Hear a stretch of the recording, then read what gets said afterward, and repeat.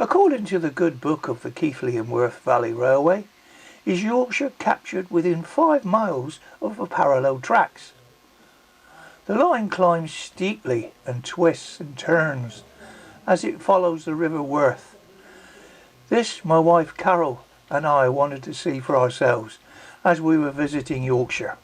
The Keighley and Worth Valley Railway was opened in 1867, and for 95 years it transported coal and textile goods to and from the busy mills. It also carried the people of the Worth Valley about their daily duties. The full line. As the 1960s dawned, a combination of competition from the buses and growing car ownership saw passenger numbers dwindle. With the once mighty textile industry in decline, freight traffic had also become negligible. And as such, in 1962 British Railways announced the closure of the line. The story of the Worth Valley branch line might have ended there. However, a dedicated group of enthusiasts came together with the intention of saving the line. The size of the task should not be underestimated. The line was badly overgrown, and every year passed, the weather and vandalism took its toll. It took 6 years of sheer hard work, but in 1968 the Keighley and Worth Valley Railway once more reopened to passengers. Here we see British Rail Class 2M2, mixed traffic 260 78022. This locomotive of course is BR built and has standard British Railway fittings such as injector clack valves, regulator, etc., and it was built in 1954 at Darlington. 78022 was to spend its working life initially in Sheffield, but had a nomadic life when it left South Yorkshire. The locomotive was finally withdrawn from Lostock Hall, Preston, in 1967, dispatched to Wood & Brothers scrapyard in South Wales, theoretically to go the way thousands of other locomotives. Having languished at Oxenhope since withdrawn, it came into the head of the overall queue in 2015. It was moved to Haworth, where stripping commenced to determine the extent of the work required. The work has been thorough, and this useful locomotive has returned to traffic, lined out in BR green livery.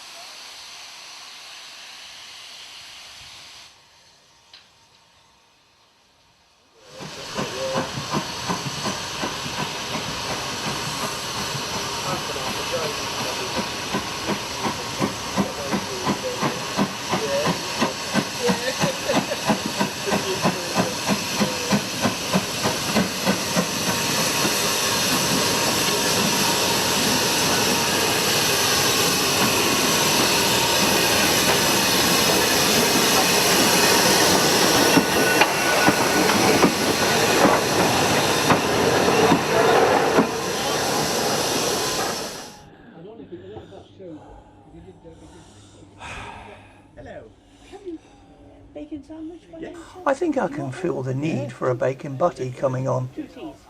Oxenhope Station is where you will find a Mark I British Railways buffet car, where meals are sourced locally from around the Worth Valley and prepared fresh each day. The buffet car is open whenever a passenger train is running. Opening and closing times are usually 30 minutes before the first train, and likewise 30 minutes after the departure of the last train of the day. By golly, there's something special about the steam railway and the bacon butty. Oh yeah, exactly. Whenever you're ready. Give it a whirl. You got it. I know, got magic.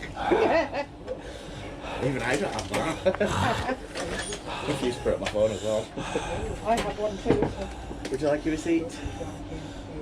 Do you want, no. Nah, don't bother with it. I'll bring the bacon sandwiches out for you. Lovely, thank you. She's sitting out there somewhere. As we leave Oxenhope, which is the original terminus of the line, which incidentally is 660 feet above sea level, we enter the countryside, and it's not long before we find some of the local mills, which date back to the 19th century. The railway is just over 4.5 miles long, but still manages to pack in 6 stations.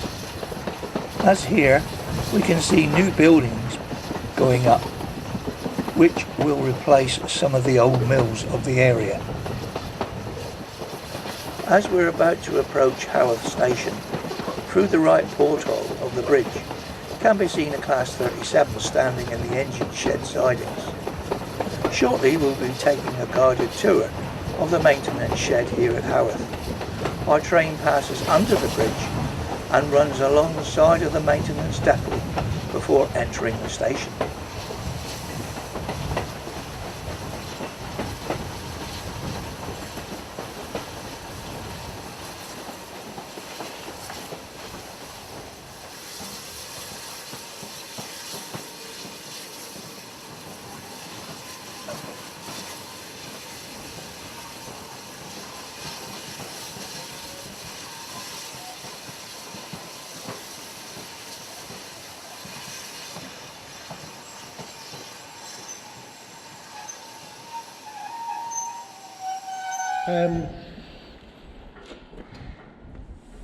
We bought a lot of engines, or rescued a lot of engines from the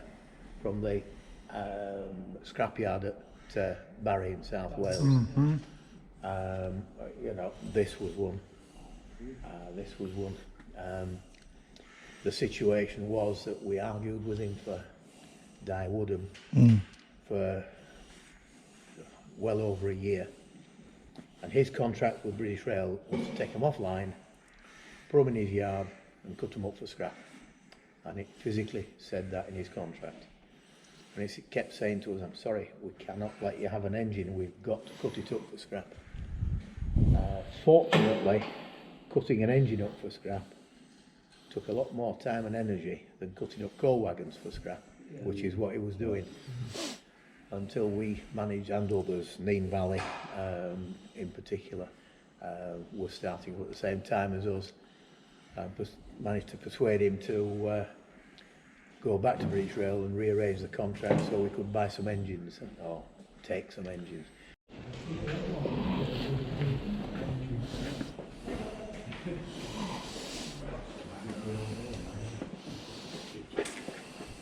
Keep on.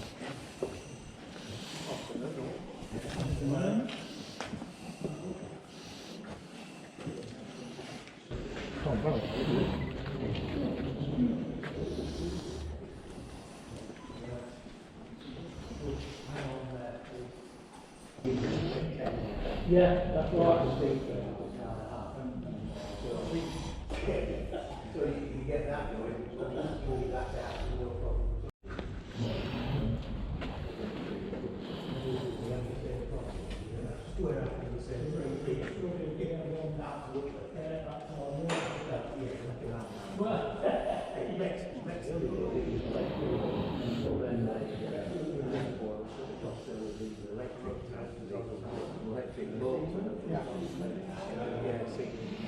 Amongst 1800, I believe, that was built of an identical vehicle, and it's the only one left running, I believe.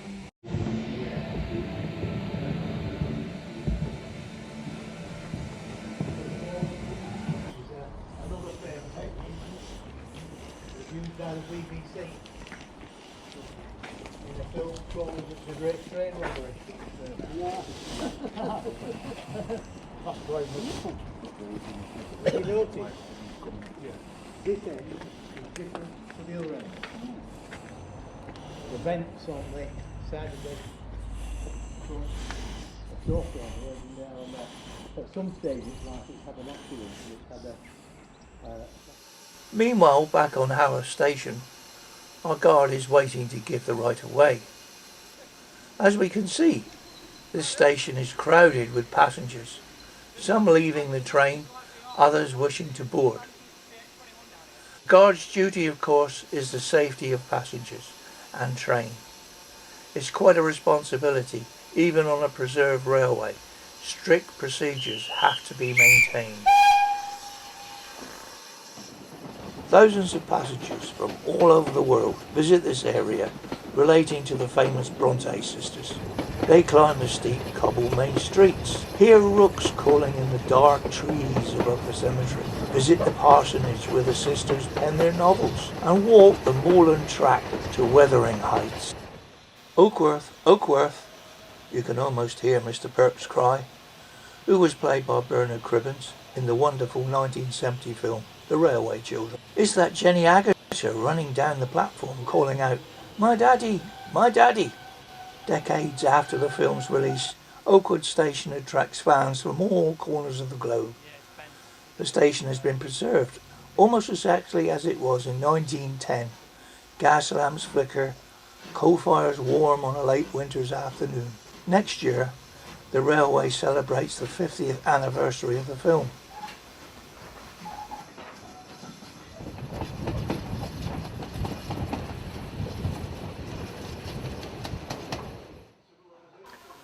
Keighley is the main line at station link with the outside world.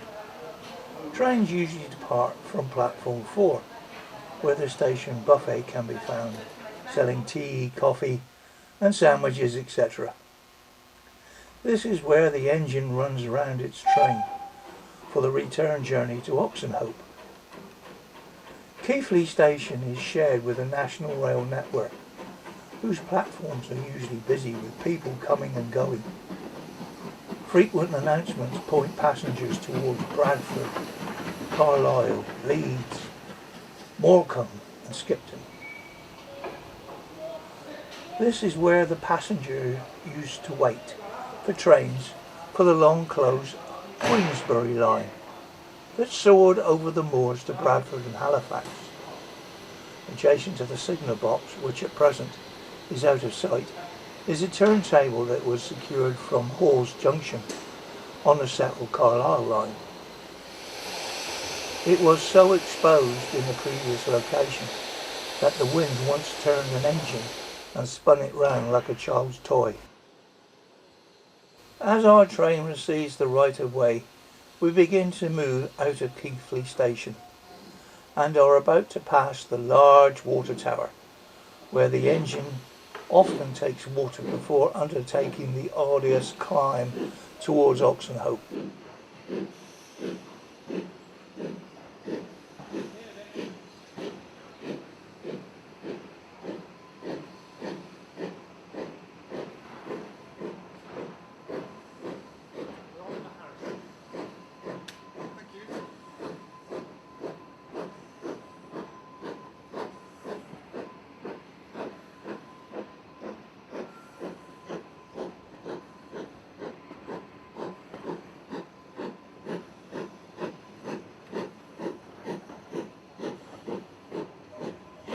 The line is surrounded by reminders of the town's industrial heritage. Workers' terraced houses, factories huddled beneath the railway embankment. To the north, the heather-clad bulk of Ilkley Moor rises above the town.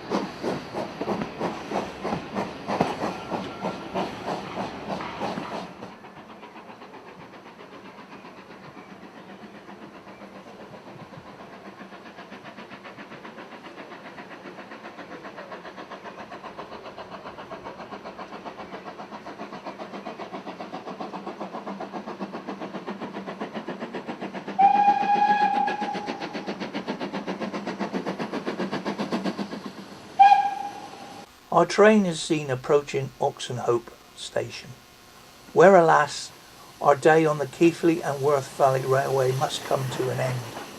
My wife and I have enjoyed today, never one to be coming bored. During my visit to Haworth Shed, she found a very nice coffee shop to pass the time. One final footnote. During the December of 1882, a fatal accident occurred at Haworth Station when coal merchant Binns Bancroft was killed by a train while he was inspecting the wagons. Ever since, there have been sightings of a mysterious figure wandering around the station yard. Many claim that this figure is the ghost of Binns Bancroft, waiting to unload the coal train that ended his life.